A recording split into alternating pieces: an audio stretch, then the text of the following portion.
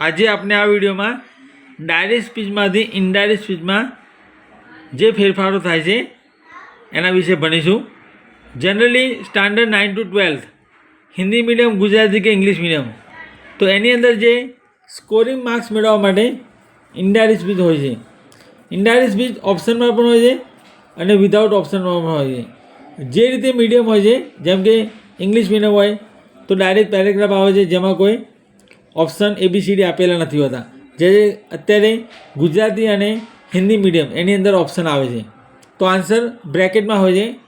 તો પણ મોટાભાગના જે બ્રેકેટ હોય છે તો એની અંદર રાઈટ આન્સર કેવી રીતે ચૂઝ કરવો, how to choose the correct answer from option, તો એના માટે દરેક વિડીયો તમે શરૂઆતથી એન્ડ સુધી જુઓ. જે વિડીયોમાં હું તમને રૂલ્સ રેગ્યુલેશન સમજાવું છું તો એ મારા એક્સપ્લેનેશનથી તમને ખ્યાલ આવશે કે કેવી રીતે રૂલ્સ બદલાય છે. જો તમે રૂલ્સ રેગ્યુલેશન યાદ રાખશો, મારી જે એક્સપ્લેનેશન હું સમજાવું છું તો એ દરેક એક્સપ્લેનેશનમાં જે સેન્ટેન્સનો આન્સર કહું છું એ તમે યાદ રાખો.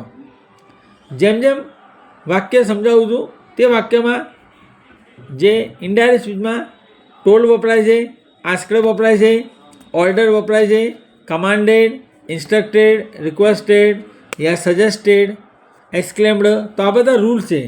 સોરી શબ્દો હોય ઓનલી તો એપોલોજાઇઝડ, બરાબર. તો આ બધા જે અલગ અલગ સેન્ટેન્સ પ્રમાણે શબ્દો વપરાય છે એ બધા હું તમને વચ્ચે કહું છું. અને દરેક વિડીયોમાં કહેતો રહ્યો છું કે સેન્ટેન્સના મોટાભાગના હાર્ડ વર્ડના મિનિંગ યાદ રાખો. અને જે સેન્ટેન્સનું હું ડાયરેક્ટ સ્પીચમાંથી ઇનડાયરેક્ટ સ્પીચમાં ચેન્જ કરું છું અથવા રિપોર્ટેડ સ્પીચમાં ચેન્જ કરું છું, તો એની અંદર જે સેન્ટેન્સનું ટ્રાન્સલેશન કહું પ્લસ જે સેન્ટેન્સમાં કયો રૂલ લાગુ પડે છે એ યાદ રાખો. હવે આપણે જોઈ શકીએ છીએ તો અહીંયા એક ગ્રામરમાંથી મેં 2 પેરેગ્રાફ લીધેલા છે, 18 અને 19. અગાઉના વિડીયોમાં તમે જોયા છે, એમાં આની પહેલાંના વિડીયો હતા. હવે તમે જોઈ શકો છો અહીંયા લખેલું છે, do you watch KBC on TV said Ashokbhai. અશોકભાઈએ કહ્યું કે તમે ટીવી પર KBC કોણ બનેગા કરોડપતિ જુઓ છો. What is it, what does KBC mean said Pravinbhai. પ્રવીણભાઈએ કહ્યું તે શું છે, KBCનો મતલબ શું થાય છે. KBC મીન્સ કોણ બનેગા કરોડપતિ, મતલબ કરોડપતિ મીન્સ કરોડપતિ.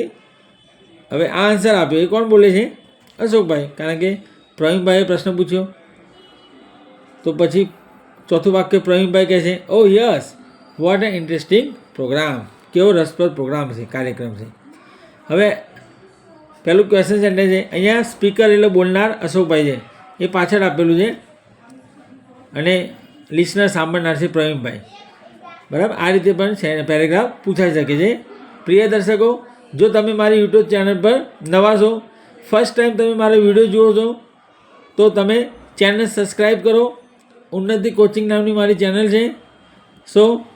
અથવા તમે ગેટ માસ્ટરી ઇન ઇંગ્લિશ એ તમે સર્ચ કરશો, તરત તમને જે સિમ્બોલ બતાવશે અને એમાં તમારે વિડીયો જોવા મળશે. તો ચેનલ સબસ્ક્રાઈબ કરો, જેના આધારે તમને જે ગ્રામરના ટૉપિકના વિડીયો બનાવીશ તરત તમને ઇન્ફોર્મેશન મળશે. હવે આન્સર આ રીતે બનશે, Ashokbhai asked Pravinbhai if he watched KBC on TV full stop. Praveenbhai asked Ashokbhai what it was. Question mark નીકળી જશે. And again asked what KBC meant. Mean ને પાછળ લાગશે T, mint અથવા મીન્ડ ED લાગશે, full stop. Ashokbhai answered that KBC meant Kaun Banega Crorepati, full stop.